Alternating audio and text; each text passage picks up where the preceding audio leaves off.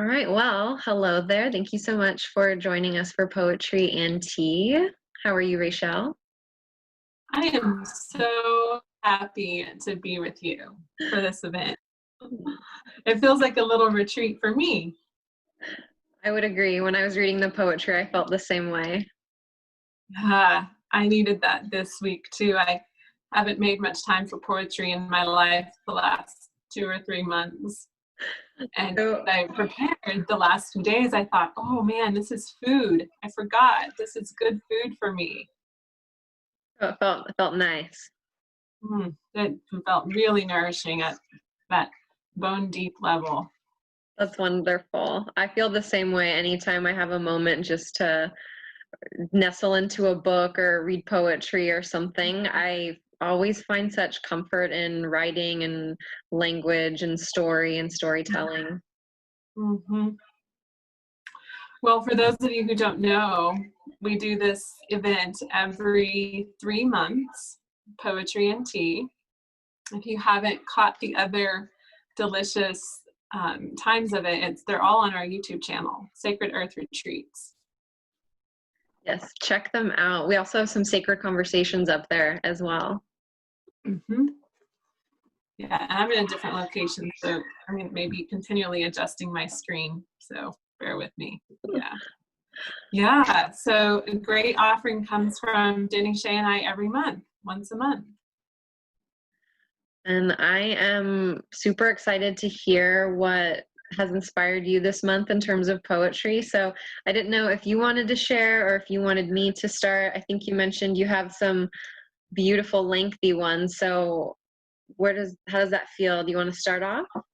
Yeah, so the words you just said about how we love poetry and how you can nestle into writing and words, it reminds me of one of my selections, which is by the poet and farmer Wendell Berry, and it's called How to Be a Poet. Oh. I know.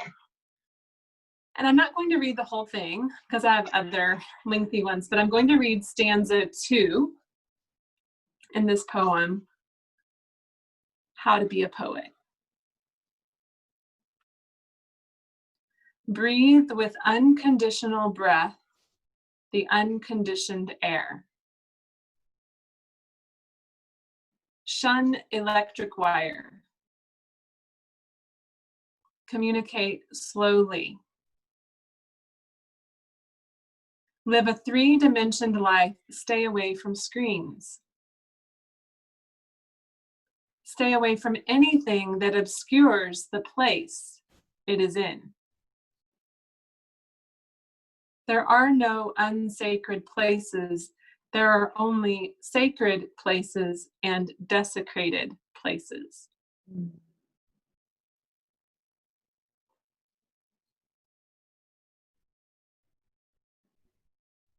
And we'll have links to these in a follow-up email to those of you who request it.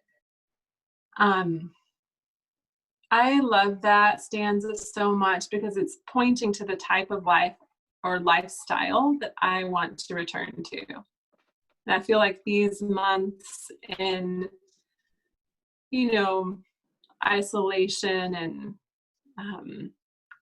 really have been a sacred time of returning to what's most important. And for me, it's that simple 3-dimensioned life, the real life, away from screens and electric wire.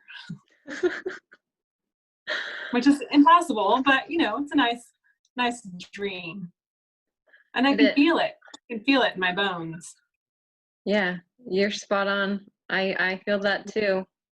That's what's the charm about being away, right? When we go away or go out of town or go camping, even if it's for a day, a hike. No screens there. Unconditioned air. It made me hungry for the whole rest of it, so I'm looking forward to hearing more. It's beautiful. Yeah. You'll love it. Yeah. That opens me up to something really sweet that I'm reading this book. It's taking me quite some time. It's lengthy. We've talked about it before. It's Plant Intelligence and the Imaginal Realm, Into the Dreaming of Earth by Stephen Buhner. And what you mentioned reminds me of this kind of last reading I came upon.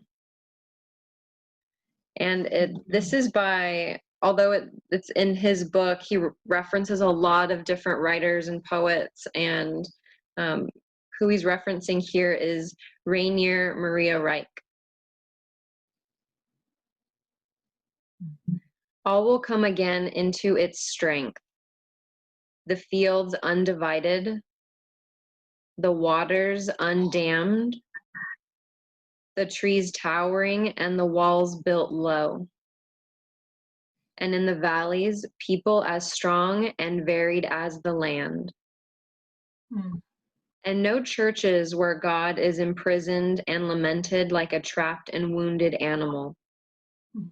The houses welcoming all who knock, and a sense of boundless offering in all relations, and in you and me.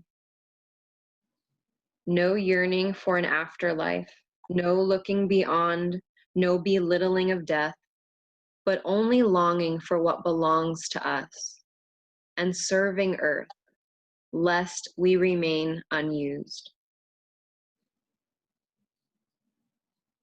Oh, I got wave upon wave of goosebumps.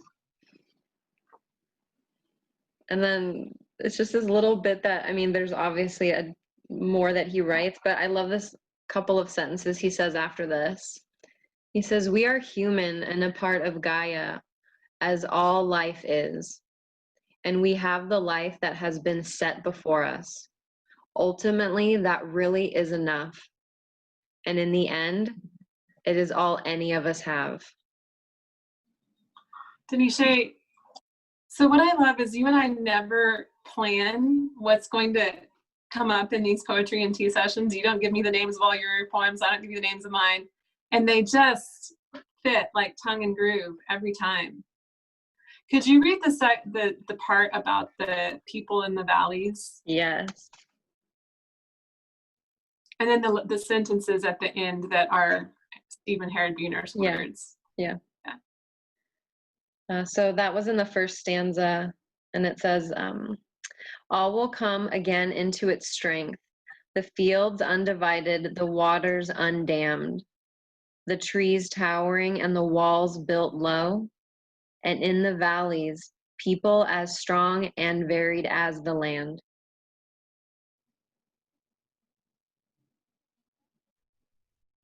So again, just like you're going to truly love the Wendell Berry poem, but because it's so that vein, but this thread of a life that we long to return to, that's where separation has dissolved and generosity of spirit is how people operate, and the simplicity of living at one with nature. I hear all of that. It's so innate, and I love the word nostalgia for it because we know it. Mm-hmm. We so know it. And there's a longing to have those moments, to feel that, to go away, to be off screens, to be really absorbed in the aliveness. Yeah. But also what he said about the houses where people knock and it's always answered. I know. That sort of spirit. Because I feel like we wholehearted. More and more we're seeing, or the separation and division in our world is being revealed. And our souls and our hearts know the truth. And that's actually very painful because we know that separation and division are not the truth. Right. Yeah. Oh. Mm-hmm. There's another one calling to me off of that, but I wanna hear what else you have over there. Well, the last part that Stephen Herod Buhner said, what did he say about the life you were born to live or designed to live? All we have the life that has been set before us. Ultimately, that really is enough. And in the end, it is all any of us have. Yeah, and there's that idea of life living you, like, or we could call it destiny. which doesn't mean there's not choice, because there's choice in how you live it. But all of us somehow find ourselves on this almost inevitable path that's our alignment. So that leads me to one of the Mary Oliver poems I didn't think I was going to read, but Oh, delightful. the same tone. So it's called Varanasi, which is a city in India on the banks of the Ganges River. And in Indian mythology, the Ganges River is actually a goddess. It's Mother Ganga, Ganga Ma, right? So there's this real sacred essence to the river itself. So this one's Varanasi. Early in the morning, we crossed the village, fires still smoldering, and gazed with our Western minds into the Ganges. A woman was standing in the river up to her waist, lifting handfuls of water and spilling it over her body, slowly and many times, as if until there came some moment of inner satisfaction between her own life and the river's. Then she dipped a vessel she had brought with her and carried it filled with water back to the village, no doubt to refresh some shrine near where she lives. For this is the holy city of Shiva, maker of the world, and this is his river. I can't say much more, except that it all happened in silence and peaceful simplicity, and something that felt like the bliss of a certainty, and a life lived in accordance with that certainty. I must remember this, I thought, as we fly back to America. Pray God I remember this. So it's again, there's that simple, certain life set before you that you're in harmony with. And maybe the harmony within comes first, who knows? But I know for myself, I crave that because I often find conflict in myself with the life that I'm living. And the dissolving of that is kind of what all of these poems are pointing to. The place of harmony, of lived, felt harmony between the internal and external worlds. And in that, to me, there's always this sense of like, it's personal, but so impersonal. And in that it is so freeing, and it's almost effortless to be in it, in the flow, going with life rather than trying to shape it and control it and make plans. Or judge it. Like, this is not the life I should be living. I should not have to be in the river every morning filling my vessel with water, right? Just when all that dissolves and the certainty that remains that this is my life.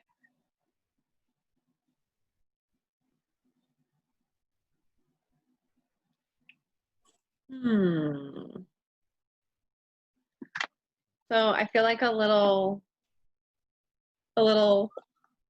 cheerleader right now. I want to share an April Green, just a little tidbit about your life. Nice. This is from her second book in the series, Bloom for Yourself. And it's called It Is Your Life. Not everyone will understand who you are, but that doesn't mean you have to explain who you are. Preserve yourself. Your footprint is unique. There's no one else like you. Your life should be a continuous expression of who you are, a sacred season, a reinvention, a movement, a moment. It should not be an explanation or an apology. It is your life. Create whatever you want from it. Whoever you are, be that. For you are too breathtakingly unique to ever hide yourself from the world.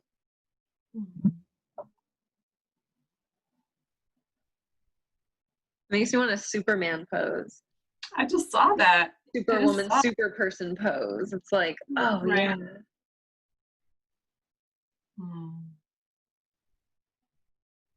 It reminds me of wanting to, once some of that dissolving happens, it's that nostalgia to re-enter back into that deep connection with life happening to life happening to life. Mm-hmm. Yeah. Mm. And the way back to that is being who you are. Yeah, unique, right? Like, it's your life, owning it. And very specific. Like, we are very specific uniquenesses. Sometimes we want to be things we aren't, but we just are what we are. It's very specific and perfect in its specificity.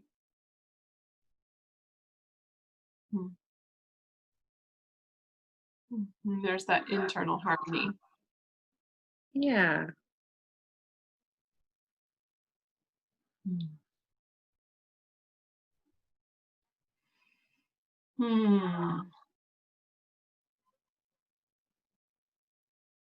Well, I have a longer passage. It's more of a meditation, more prose, by Danielle Odier, who's a non-dual teacher that Vinny Shea and I both love and have read quite a bit of. His philosophy definitely informs the I Rest meditation practice that we both teach. This is longer, but it's also in the same sense, and maybe I'm just on this, maybe this is what I need, and that's why these poems are going up, but it's in this vein of returning to harmony and peace with ourselves. And the way to do that, really, is a short chapter called Developing Internal Silence. How does one develop the silence that allows for the blossoming of organic joy? By closely observing the activity of our internal discourse and by becoming conscious of its ongoing repetitiveness. We know how to escape the drivel of everyday life, but why is it that we are completely unable to escape our internal discourse, which is so predictable and boring? It is depressing to listen to this voice. We will come to realize that we are completely under the thumb of this expression of fear. It is easy to diagnose fear and has an immediate connection with hope. The more we hope, the more frightened we become. Hope is a fear that has been subverted.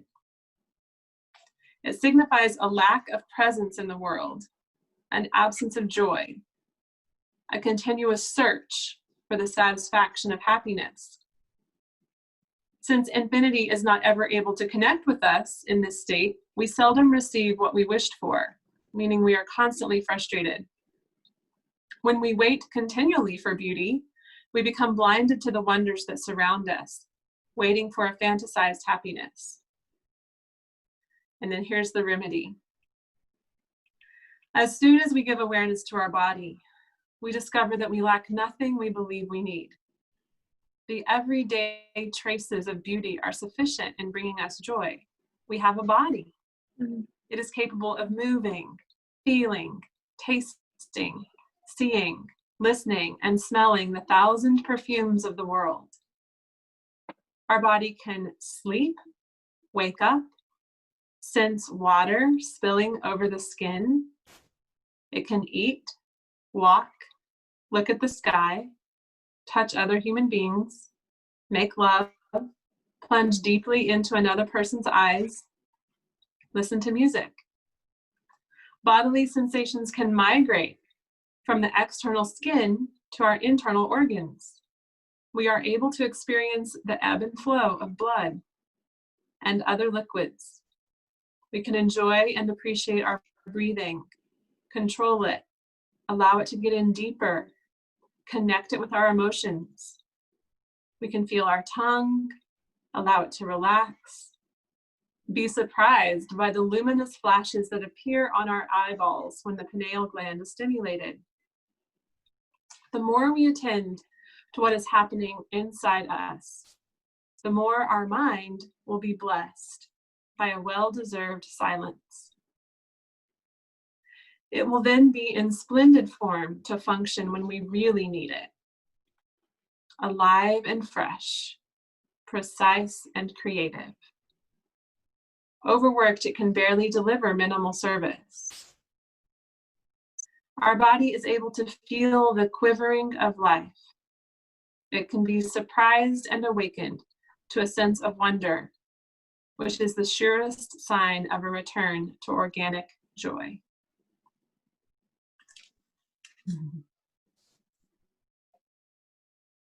I just can't get enough. Words, right?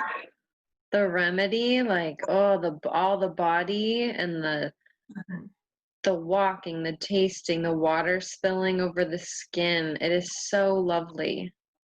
It's enough. It's so much. It's so much. And yet, you know, our hopes or expectations which are fears of not getting something we want, take us away from the infinity of this richness.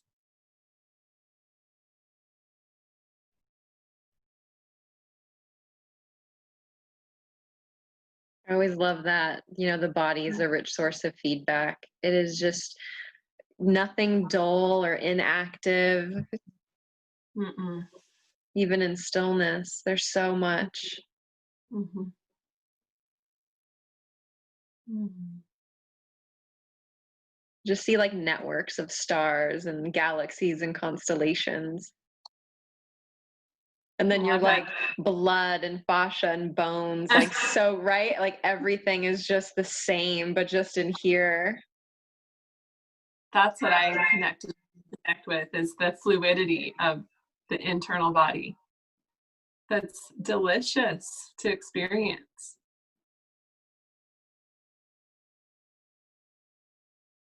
I have to say, on a personal note, I just experienced this. I got a little ultrasound on my organs, and it was the coolest thing. I had a great tech, though. She like explained things and showed me things, but I was curious, but she let me breathe and we could see things moving and just, I couldn't hear the gurgling, but you could see like, it's just so alive. So cool. So cool. Yeah. Bodies. They're so your thing. They are. I love them all. Shapes, colors, sizes. Personal stuff. So we'll share that later. But yeah, they're all so magnificent. They are. And I've adopted this belief in massage therapy school that it's not just, you know, muscles, bones, ligaments, joints, fluids, all working together in perfect, intelligent, radiant harmony, right? Phenomenal. Mm-hmm. But like that's every experience you've ever had. Mm-hmm. Right. Like it's so alive still. It's so present.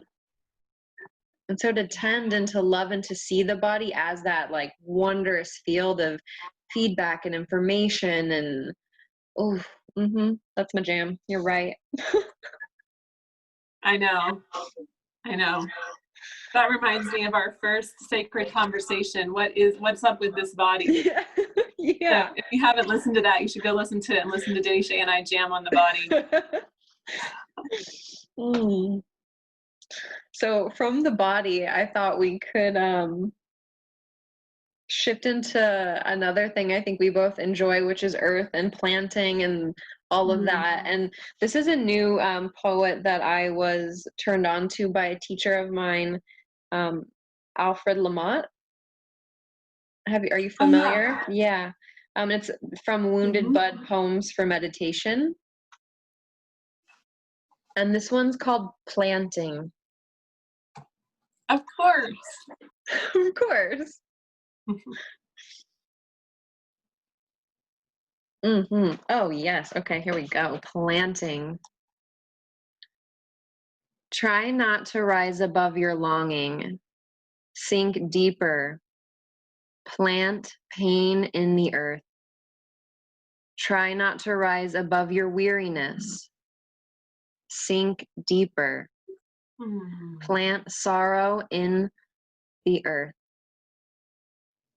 Try not to rise above your body. Sink deeper. Plant every breath. To the mother, you are a seed. Your body, your pain, your breath are seedlings. Offer them. She will open you up so gracefully like a sprouted wound. Darkness will nourish you with infinitesimal starry voices, rising from the furrow where she split you. Beauty is an underground power. It knows how to ascend, just as it knew how to fall. What has no name meets no resistance. Something green, ineffably innocent, trembles out of your broken heart. Here's the secret. The warmth that draws us upward is inside.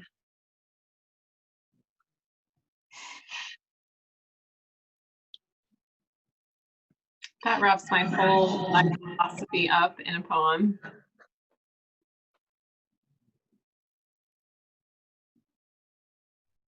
Sink deeper. Right? Yeah. Immediately, I saw your name over my head. Well, Jenny Shay and I just, before this call, were on a call privately and was sharing with her again that my life motto is go deeper. And we're both Scorpios, so we prefer that direction. Well, now, yeah, and now that I know that warmth is what draws us upward is inside, like, of course, you go in for that. It's not, I don't want to say ascension because it's very felt and body and aware in that way. So, yeah, it's such an integrated way to live. Plant. I want that one. I want that poem. I know you do.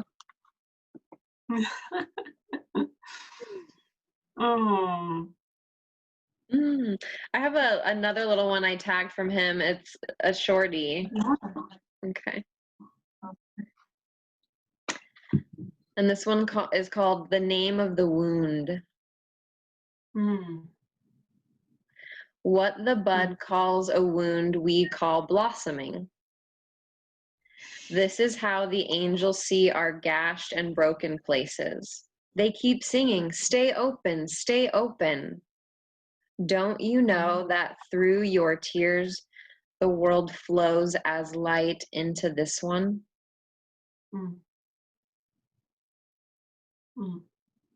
Wow, so beautiful. I know. I bought it for a funny poem my teacher shared. I laughed. It was hysterical. There's some feisty ones in here, but I found those and I was like, yum, yes, yes. Yeah. Oh, thank you. Those are good medicine.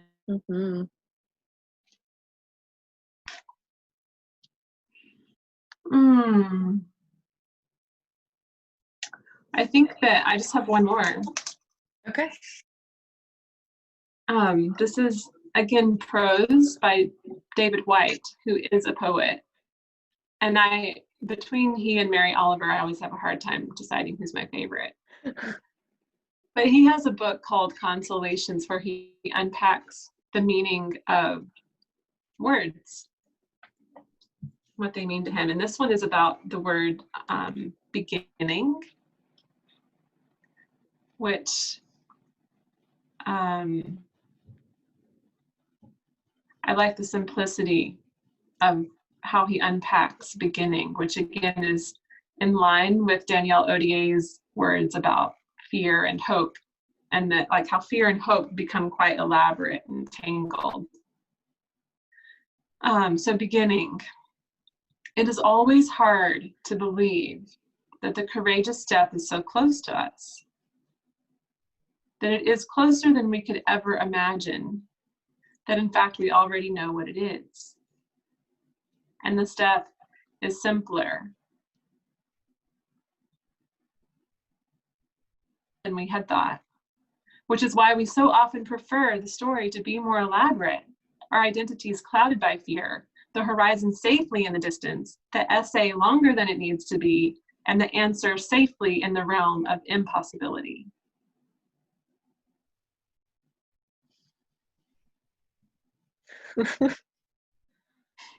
I've written many a long essays in my life. I've kept many answers in the realm of impossibility. Yeah. Oh, could we just, one more time? Yeah. Okay. Beginning. It is always hard to believe that the courageous step is so close to us, that it is closer than we ever could imagine, that in fact, we already know what it is, and that the step is simpler, more radical than we had thought, which is why we so often prefer the story to be more elaborate, our identities clouded by fear, the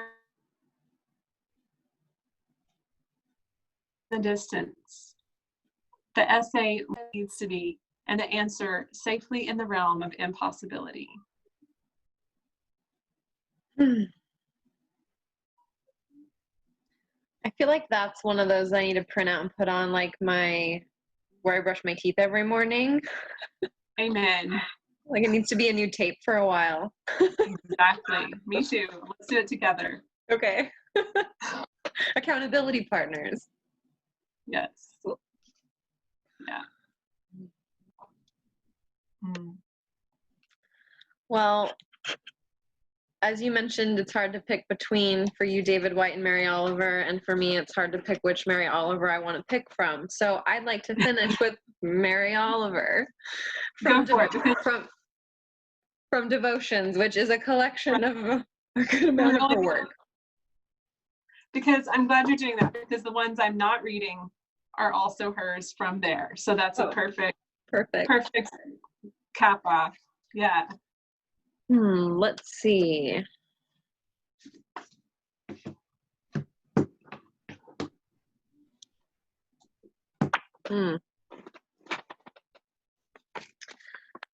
This one is called What Gorgeous Thing.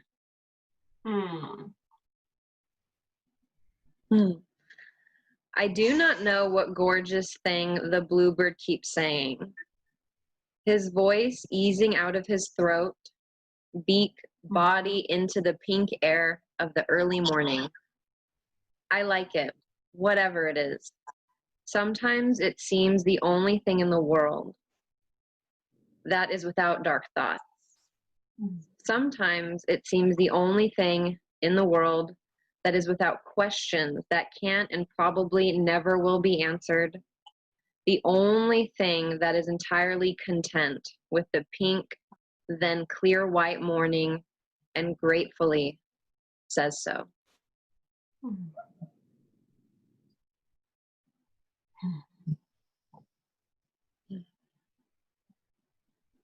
She's someone I feel like is so good at doing, or was so good. He talks about just really absorbing the infinite beauty that the body can have through the senses. Yes. She really drops into that place. She does it so skillfully. And I like that there's play. I picked this first one, or I was going to just read that one, but as you mentioned that, there's this other one that I tagged, and I was like, but I like that we're having this conversation about kind of how she brings her art forward. And this one's called I Worried. Like all of us. Yeah. I worried a lot. Will the garden grow? Will the rivers flow in the right direction? Will the earth turn as it was taught? And if not, how shall I correct it? Was I right? Was I wrong? Will I be forgiven? can I do better? Will I ever be able to sing? Even the sparrows can do it, and I am, well, hopeless. Is my eyesight fading, or am I just imagining it? Am I going to get rheumatism, lockjaw, dementia? Finally, I saw that worrying had come to nothing, and gave it up, and took my old body and went out into the morning and sang. Exactly. That's it. That's it.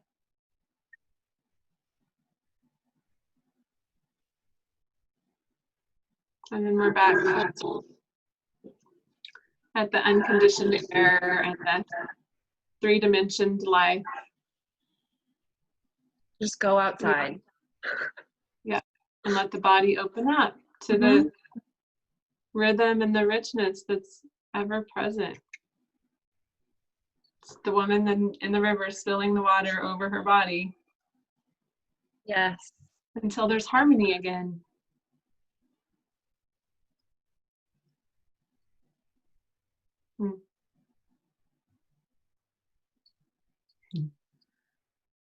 Well, I feel full of color. I feel satisfied. Like Did I just you had a really wonderful meal and I want to eat it again tomorrow. I was gonna say, joy's not meant to be a crumb. Right. Yeah. So we hope you all have enjoyed this small feast as much as we have, as much as we do. Yes, thank you so much. We do appreciate it. And if you feel so called, on our website, Sacred Earth Retreats, we have a little donation button if you feel called, as we said. And thank you for being here and listening. Yes, and we'll see you again soon. Yes, until next time.